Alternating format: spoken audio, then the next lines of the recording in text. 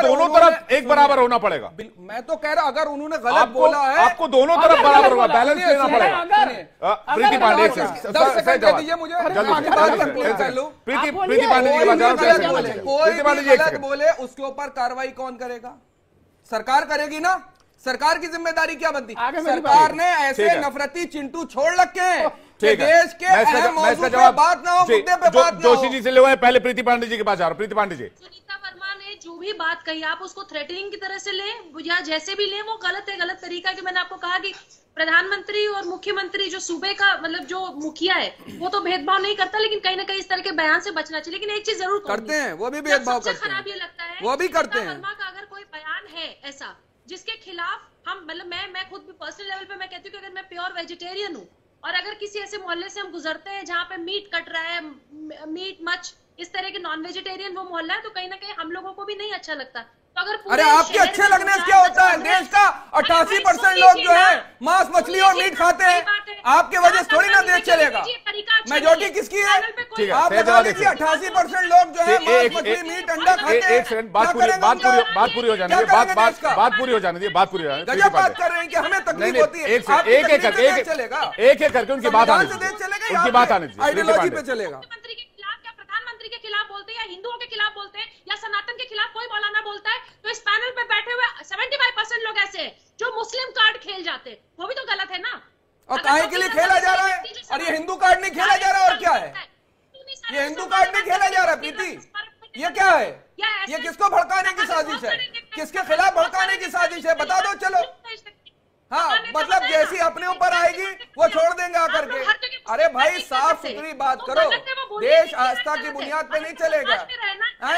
और 8% लोगों की आस्था के अकॉर्डिंग देश चलेगा, 7 से 8%। अरे क्या बताइए, मांस मछली मीट वो बाहर से कनेक्ट उनकी आवाज आ नहीं पाएगी। कुछ भी ढकते हैं, हम उनकी आस्था का सम्मान करते हैं ना। तो अगर आस्था के सम्मान के नाम के अगर गुरुद्वारे अगर जा रहे हो, सर ढक रहे हैं आप ये निजामुद्दीन वाले मुसलमान ही मीट खाता है? गजब का तर्क दे रहे हैं। मैंने तो आपसे कहा अल कबीर का मालिक कौन है? अगर कोई ऐसी जगह अरे आप बंद करवाइए ना। ठीक है, एक एक करके सही जवाब एक एक करके। प्रीति पांडे जी और जोशी जी को स्क्रीन पे लीजिएगा प्लीज, एक करके। मैं आ रहा हूँ आपके पास जी। तरीका गलत हो सकता है, उनकी लाइन गलत हो सकती है। अरे वो खुद गलत है, भाजपा की ये नीति है, यही भाजपा की नीति है। जो मैं कह रही हूँ आप के लिए राजनीति नहीं है। आप हर जगह मुस्लिम कार्ड थोड़ी ना खेल सकते। कानपुर में दंगे होते हैं, 4 मुसलमान ऐसे लड़के पकड़े जाते हैं जो वहाँ पे दंगा कर रहे हैं, तो आप मुस्लिम कार्ड खेल लेते हैं। वहाँ भी तो कहिए कि ठीक है। भुवन जोशी जी एक सेकंड, भुवन जोशी जी एक सेकंड। सही जवाब आप स्क्रीन पे नहीं है, रुक जाइए एक सेकंड।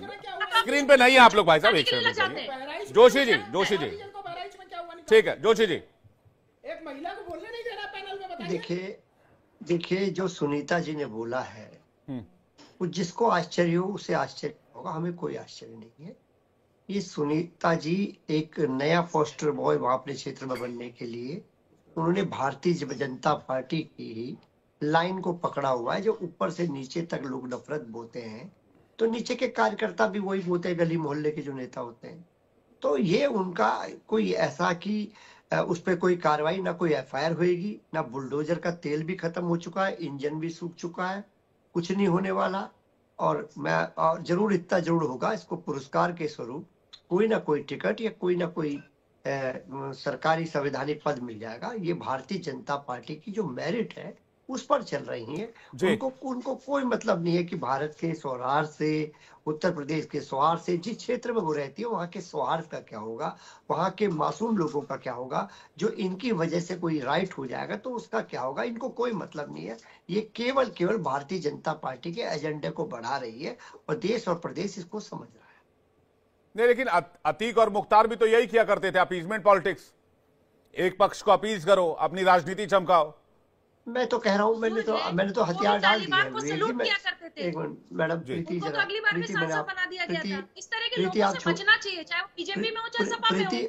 प्रीति ने इंटरप्ट नहीं करा आपको, पहले थोड़ा शालीनता सीखिए। मैंने आपको बिल्कुल नहीं बोला, आप अच्छा बोले बुरे बोले, मैं सुन लीजिए पहले, थोड़ी छोटी है आप, सुन लीजिए। मैं आपको बताना चाहता हूँ बहुत जिम्मेदारी से, ये केवल भारतीय जनता पार्टी के नफरती एजेंडे को आगे बढ़ाने के लिए मैदान में आई है और इसको पूरा आशीर्वाद छोटे से लेकर बड़े नेताओं का है।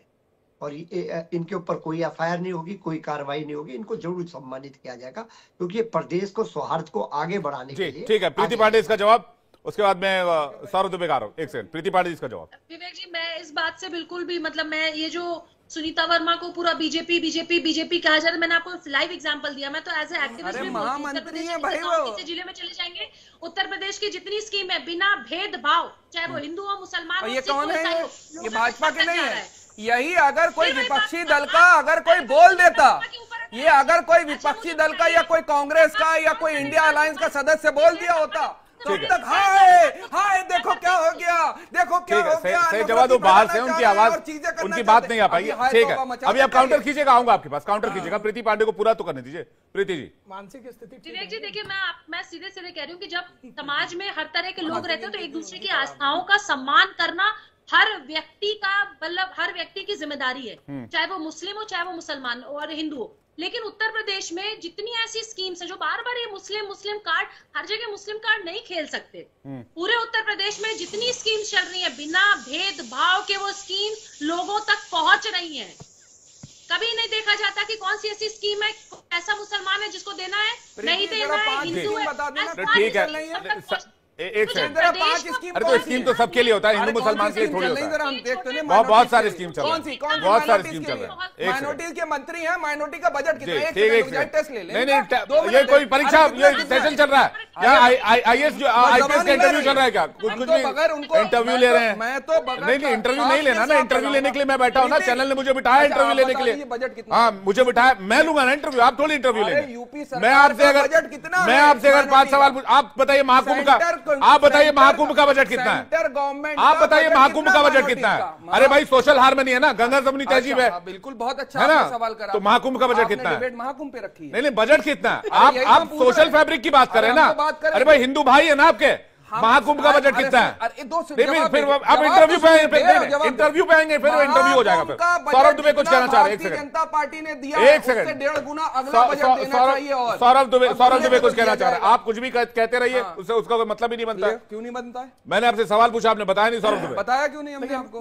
महाकुंभ का बजट इस बार 5,438 करोड़ रुपए रखा गया है। आप बढ़ भी सकते हैं। अब सुन लो भैया, मेरे अब सुन लो, जो पूछा एंकर ने वो नहीं बता पाया। अरे माइनॉरिटी का बजट कितना है? माइनॉरिटी का बजट जो है 3700 करोड़ रुपए है। 3700 करोड़ रुपए और कितनी माइनॉरिटी है देश के अंदर? सुन लो, 3700 करोड़ रुपए बता 16% माइनॉरिटी, लगभग। ठीक है, अभी डिबेट दूसरी तरफ चली जाएगी। आप लोग बात क्यों नहीं समझते? भेदभाव कर रहे हैं, भेदभाव आप लोग कर रहे हैं। तौकीर रजा पे कुछ बोलते नहीं है। तौकीर रजा पर कार्रवाई कर दीजिए, जाइए कार्रवाई कर दीजिए। 2014 में 2200 सौरभ दुबे जी, आज बढ़ के सौरभ दुबे जी, इसके बाद में आज जुबैर साहब आपके पास आ रहा हूं। बड़ी गंभीरता से कहना चाह रहा हूं कि निश्चित रूप से मैं मानता हूं कि वर्तमान में जिस प्रकार से भाषा का प्रयोग चल रहा है उस पर कहीं ना कहीं लगाम लगानी चाहिए। और अगर भाषा की लगाम लगती है तो देखिए कौन कौन से लोग जेल चले जाएंगे। सबसे पहले तो समाजवादी पार्टी के मुखिया आदरणीय अखिलेश यादव जी, जो माफिया की तुलना जो है मठाधीश से कर देते हैं, शंकराचार्यों की तुलना जो है माफिया से कर देते हैं। तो अगर बयानों के आधार पर जो है तो क्या सबसे पहले अखिलेश यादव जी को जेल भेज दिया जाए, उनको कार्रवाई करके? पहली बात। दूसरी बात देखिए, आदरणीय रामगोपाल यादव जी, उनका क्या बयान था अभी? कल वो कह रहे थे कि अरे एक छोटा मोटा तो मंदिर था, घर के अंदर बना हुआ था, जबरदस्ती का ये लोग जो है माहौल बनाने की कोशिश कर रहे हैं। मतलब समझिए कि मंदिर जैसे विषय को, जिसमें हिंदुओं की जो आस्था का केंद्र होता है, उसको इतना हल्केपन से समाज के सामने परोस देना। और वो एक बड़े नेता हैं, मैं बहुत सम्मान करता हूं रामगोपाल यादव जी का, अखिलेश यादव जी का भी। अगर वो इस तरह की बयानबाजी करते हैं तो कहीं ना कहीं ये हिंदुओं को आहत करने वाली बात है।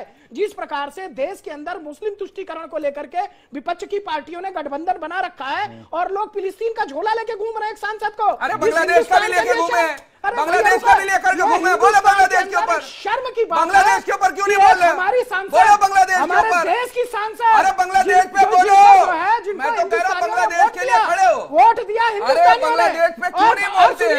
अडानी का पैसा लगा हुआ है बांग्लादेश के अंदर, अडानी का पैसा लगा हुआ है बांग्लादेश के अंदर, इसलिए बांग्लादेश के लोगों की याद आएगी। अरे झोला लेकर चलने की बारी आने वाली है बहुत जल्दी।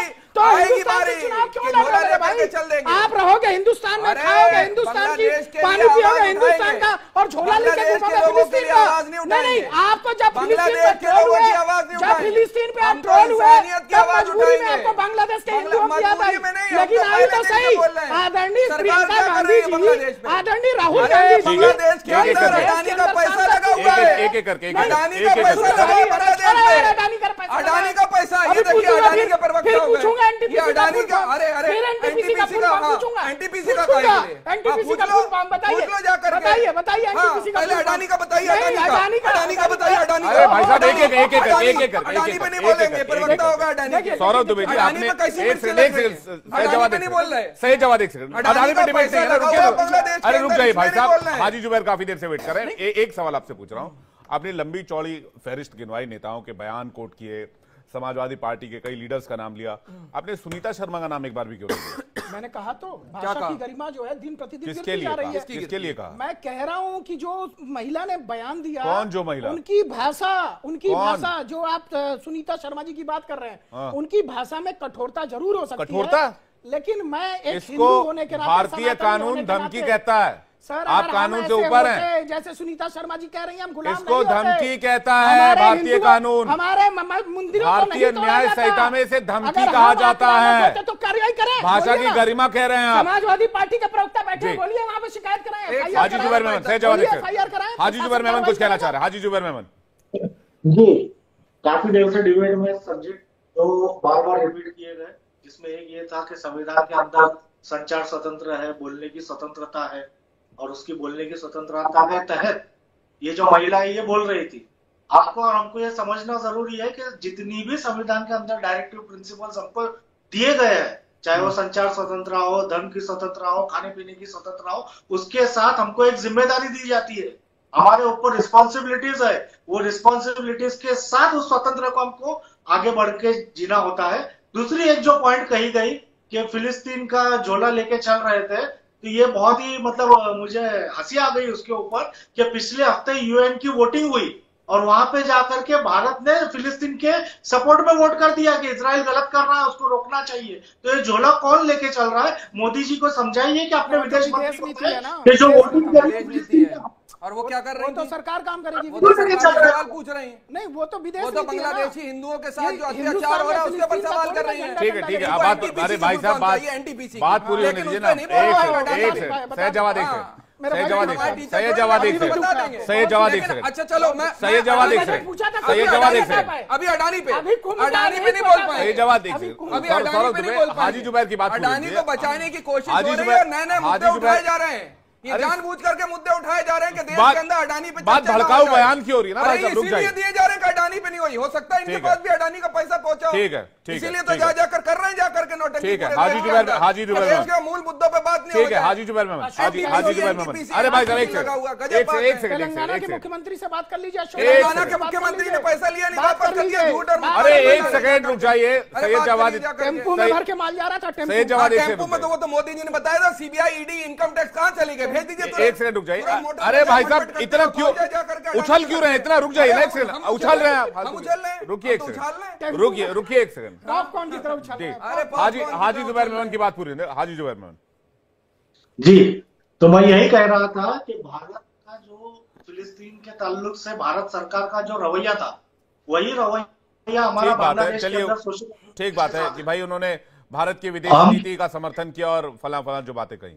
बिल्कुल, ये जो है हमारा नहीं, लेकिन भारत के संविधान की कोर वैल्यू है कि देश में और विदेश में जहां भी शोषित वंचित समाज के ऊपर अन्याय अत्याचार होगा उसके समर्थन में। रुकिए एक से, अरे रुकिए ना, पूछने के लिए मैं बैठा हुआ हूँ। ठीक है पूछिएगा, सीए पूछिए। हाँ मेरा सवाल शोषित वंचित जी, चाहे मणिपुर हो चाहे यूपी हो, हमको शोषित वंचित समाज के साथ खड़ा रहना है। जो इस समाज का आखिरी छोर है उसको सबसे पहली सुविधा पहुंचनी चाहिए, उसको हर तरीके की स्वतंत्रता पहुंचनी चाहिए। ये हमारा कौन वैल्यू है, वो चाहे भाजपा कितनी भी कोशिश करे, जब तक इस देश में संविधान लागू है वो उसके अंदर कामयाब नहीं हो पाएंगे। इसीलिए वो बार बार कहते हैं 400 पार संविधान बदलना है। ठीक है, इसमें बहुत बात हो गई है, लेकिन लेकिन जुबैर साहब सवाल इस बात को लेकर है कि एक पक्ष से अगर ये कहा जाता